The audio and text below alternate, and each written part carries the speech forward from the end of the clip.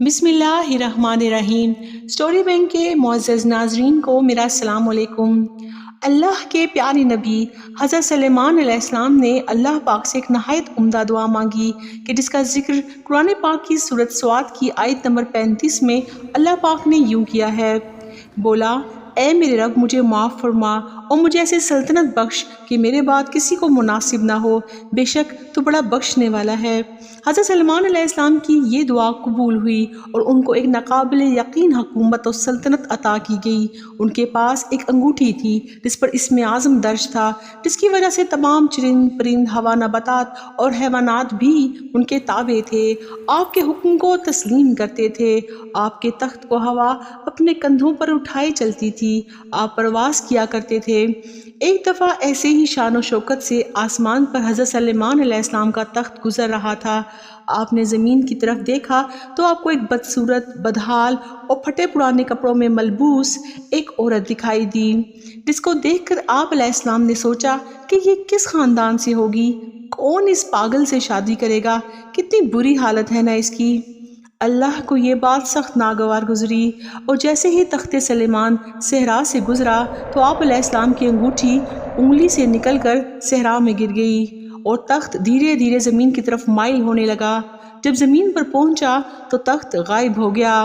وہ فضا، وہ جنات، وہ کیڑے مکوڑے، وہ سب حضرت سلیمان علیہ السلام کی شخصیت سے نا واقف ہو گئے۔ سخر نامی جن کو حضرت سلیمان علیہ السلام کی انگوٹھی ملی اور اس نے پہن لی۔ اس جن پر سلیمان علیہ السلام کی شکل و صورت ڈال دی گئی اور آپ علیہ السلام سے تخت و تاج چھن گیا۔ سب چیزوں پر اس جن نے قبضہ کر لیا۔ سخر نامی جن محل میں جا کر حضرت سلیمان علیہ السلام کے تخت پر بیٹھ گیا اور حکومت کرنے لگا۔ سب نے اسی کو حضرت سلیمان علیہ السلام سمجھا۔ وہ اسی طرح سب کو دھوکہ دیتا رہا۔ وہ حضرت سلیمان علیہ السلام کی بیویوں کے پاس بھی جانا چاہتا تھا، لیکن اللہ نے ایک فرشتہ مقرر کر دیا جس سے آپ علیہ السلام کی بیویاں اس جن سے محفوظ رہیں۔ وہ جن 40 دن تک تخت سلیمان پر رہا۔ آصف نامی جن حضرت سلیمان علیہ السلام کا وزیر اعظم تھا، جو بڑا عقل مند اور ہوشیار جن تھا۔ اس کو آہستہ آہستہ سخر جن پر شک ہونے لگا کہ یہ حضرت سلیمان علیہ السلام نہیں ہے بلکہ کوئی جن ہے۔ بالآخر آصف جن نے حضرت سلیمان علیہ السلام کی بیویوں کے پاس جا کر پوچھا کہ سلیمان علیہ السلام کہاں ہیں، کیا وہ آپ کے پاس تشریف لائے ہیں یا نہیں؟ تو وہ بولی کہ آج 40 دن ہو گئے ہیں، ہم نے سلیمان علیہ السلام کو نہیں دیکھا اور نہ ہی وہ ہمارے پاس تشریف لائے ہیں، جانے وہ کہاں چلے گئے۔ یہ بات سن کر آصف جن نے کہا کہ اچھا، میں ابھی معلوم کر لیتا ہوں۔ اسی وقت اس نے 40 آدمی جو تورات خوان تھے ان کو بلایا اور تخت گاہ میں لے جا کر تورات ان کے ہاتھ میں پڑھنے کے لیے دی۔ جب وہ لوگ تورات پڑھنے لگے تو سخر جن یہ کلام الہی سن کر تخت پر نہ ٹھہر سکا اور وہاں سے بھاگ گیا اور حضرت سلیمان علیہ السلام کی انگوٹھی دریا میں پھینک دی۔ ادھر حضرت سلیمان علیہ السلام حیران ہو گئے کہ یہ کیا ہو گیا۔ وہ ہوا کو حکم دے مگر ہوا ان کے حکم کو تسلیم نہ کرے، جنات کو بلائیں تو جنات ان کی بات تسلیم نہ کریں، وہ مخلوقات سے بات کرنا چاہیں تو مخلوقات بات کا جواب تک نہ دیں۔ وہ زمین پر پھرتے رہے پریشانی کے عالم میں کہ مجھ سے کیا ہو گیا، سوچتے رہے، چلتے رہے۔ اچانک انہیں خیال آیا کہ اللہ اپنی مخلوقات سے بہت پیار کرتا ہے۔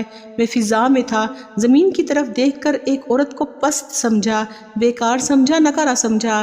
شاید یہ بات اللہ کو سخت ناگوار گزری۔ آپ نے دل میں ارادہ کیا کہ میں اس عورت سے معافی مانگوں گا اور اس سے شادی کروں گا، شاید اللہ مجھے معاف کر دے۔ حضرت سلیمان علیہ السلام بیت المقدس میں جا کر 3 دن تک سجدے میں پڑے رہے اور روتے رہے، بھوک کے مارے باہر نکلے، بنی اسرائیل کے کسی گھر جا کر کھانے کو مانگا لیکن کسی نے بھی ان کی مدد نہ کی۔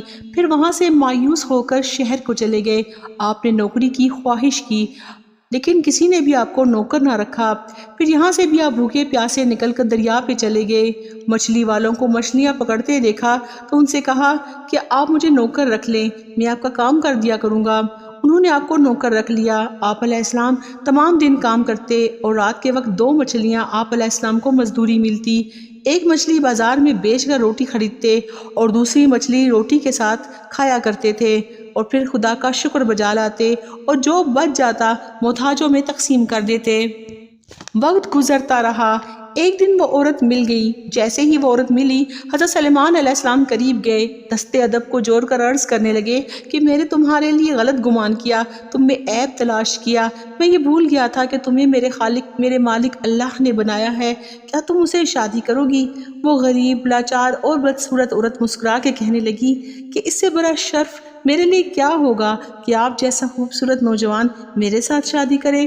مجھ بدصورت سے تو کوئی پیار ہی نہیں کرتا، سارا دن لوگوں کی تنقید اور تلخ رویوں کا سامنا کرنا پڑتا ہے۔ اللہ کے نبی حضرت سلیمان علیہ السلام نے اس سے شادی کر لی۔ اس طرح سے 40 دن گزر گئے۔ جن جو حضرت سلیمان علیہ السلام کی انگوٹھی دریا میں ڈال کر بھاگ گیا تھا، اس انگوٹھی کو ایک مچھلی نے اللہ کے حکم سے نگل لیا تھا۔ اگلے دن سب ماہی گیر اور حضرت سلیمان علیہ السلام مچھلی کے شکار کو گئے۔ حضرت سلیمان علیہ السلام نے 2 مچھلیوں کا شکار کیا۔ ان میں سے ایک مچھلی بہت چمک رہی تھی۔ آپ جلدی سے مچھلی کا پیٹ چاک کرنے بیٹھ گئے۔ اللہ کی قدرت سے اس کے پیٹ سے وہ انگوٹھی نکل آئی۔ آپ علیہ السلام نے اللہ کی تعریف بیان کی اور انگوٹھی انگلی میں ڈالی۔ اسی وقت پرندوں نے آ کر آپ کا سایہ کر دیا۔ اللہ نے پھر سے ساری مخلوقات کو آپ کے ماتحت کر دیا۔